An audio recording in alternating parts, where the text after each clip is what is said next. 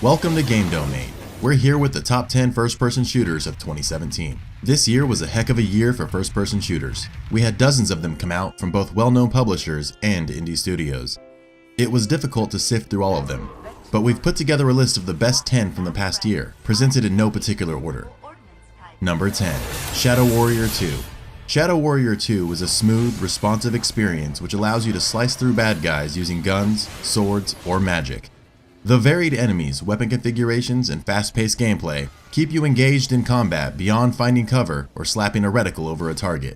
It's beautiful, fast-paced, and tons of fun. The story isn't particularly deep or original, but then again it's a game that's based more on spectacle and quips than any deeper themes. Number 9. Quake Champions.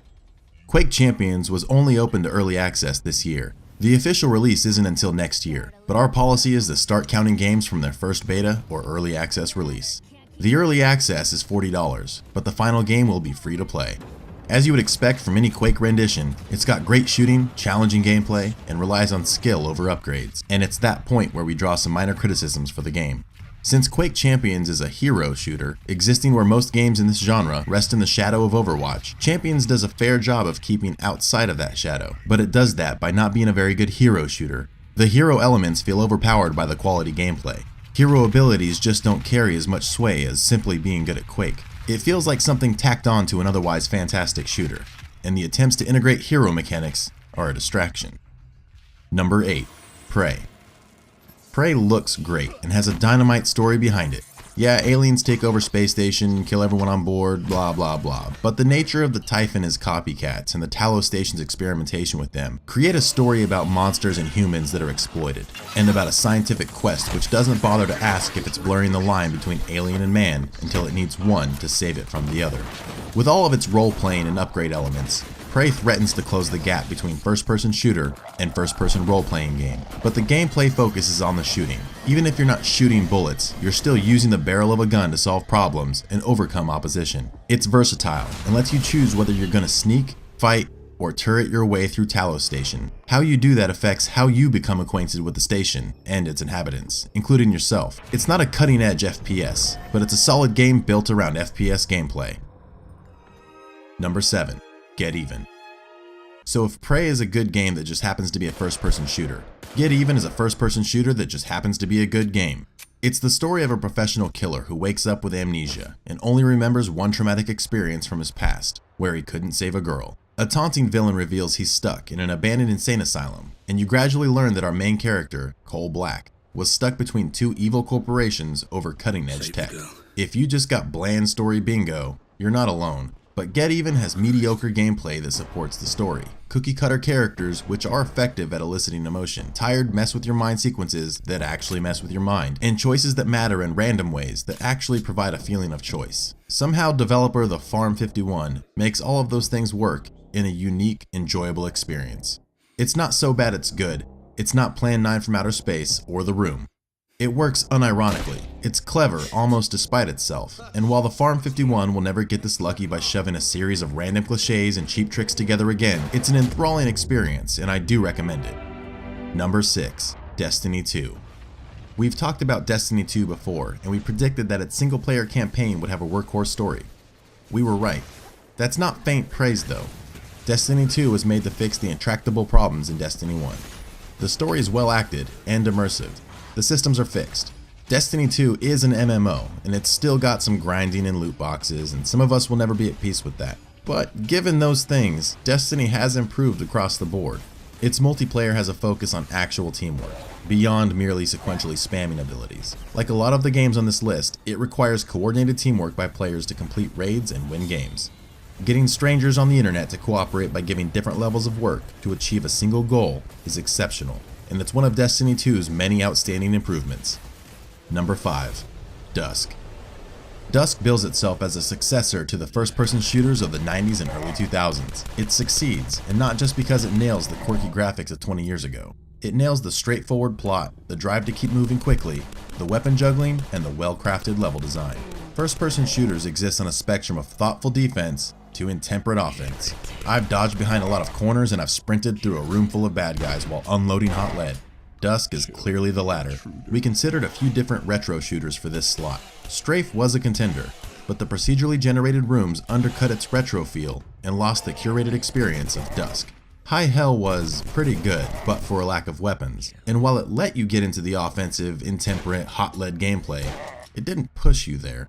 If you're ever feeling nostalgic for the shooting days of yore, Dusk is your game. Number 4. Call of Duty World War II. After years of the Call of Duty series staying out of World War II, it comes back to where it all started. It tells a standard D-Day to Berlin story, which it plays straight with a squad of familiar characters. It uses that squad to personalize the war and the heroic objectives underlying it. If you're gonna have a story where you make a war conflict involving humans, then it's a great idea to have players choose between a bloodlessly efficient path and doing the human thing. It also uses the squad to fill in for the loss of more advanced battlefield options. You give your fellow soldiers orders, and they use abilities, like healing or artillery strikes, to help you achieve your objectives. The multiplayer is consistent, though it's not without a few flaws, including the headquarter hub of online players and all of its technical problems. Aside from that, the Final Reich, the zombie mode, is also great. It's got a few moments of true horror and twists on the standard Call of Duty gameplay. If you like David Tennant, Ving Rhames, Elodie Yung, or Catherine Winnick, they're all on the voice cast. Number 3. Rising Storm 2 Vietnam. Rising Storm 2 Vietnam is an asymmetric multiplayer arena game. The selling point for Rising Storm 2 is 100% realism. There's no reticle, and if you take a bullet, you'll probably die. The weapons of the war are diverse, but each feels unique and faithful. This game feels very much to the Vietnam War, how Call of Duty feels to World War II. It requires leadership and real-time communication and coordination within teams to get the job done.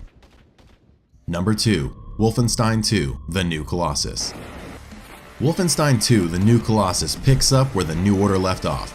BJ Blazkowicz is back, and the story fast-forwards a few years into a version of the 60s where the Nazis won. The New Colossus pits the 60s countercultural radicals against the monolithic stoic forces of the Nazis. It's a clash of two archetypal forces of human history, which creates a sharp ideological contrast. It takes that black and white conflict, no pun intended, and adds in complexity. It incorporates humor, despair, and heroism all into one story while keeping a consistent tone and world. The gameplay is solid, and it lets you do fun things with axes. It constantly challenges you with new twists on the gameplay. The real draw here is the character, setting, and the story. The graphics aren't great, and there are definitely glitches, but it's a quality game that is clearly worth playing despite the drawbacks. Number 1. PlayerUnknown's Battlegrounds. The story behind PUBG is as follows. This little indie game was so great, came out of nowhere with no marketing and took over the internet. Except that's not how it happened. PUBG was created by Brendan Green, who was already well known within the community for Arma 3 and H1Z1 mods. It was shopped out to players on Twitch and YouTube, who played it and liked it, and their audiences saw it. PUBG is a good game that benefits from being showcased on those platforms. It was publicized smartly by someone who was already well known by the community. But it's a good game because the matches are heavily skill-based, still tempered by luck, and fast enough that players can iterate, experiment, and receive feedback on their experimentation. Simple to learn, difficult to master is the exact phrase for PUBG. We tried to give a fair chance to all the games that have come out lately. We did skip DLC and games that were released in early access last year, even if their official release date was this year. If we forgot any, let us know in the comments and we'll see if we can give it some love in a later episode. Thanks for watching, and remember, if you like this video, don't forget to subscribe and consider supporting us on Patreon.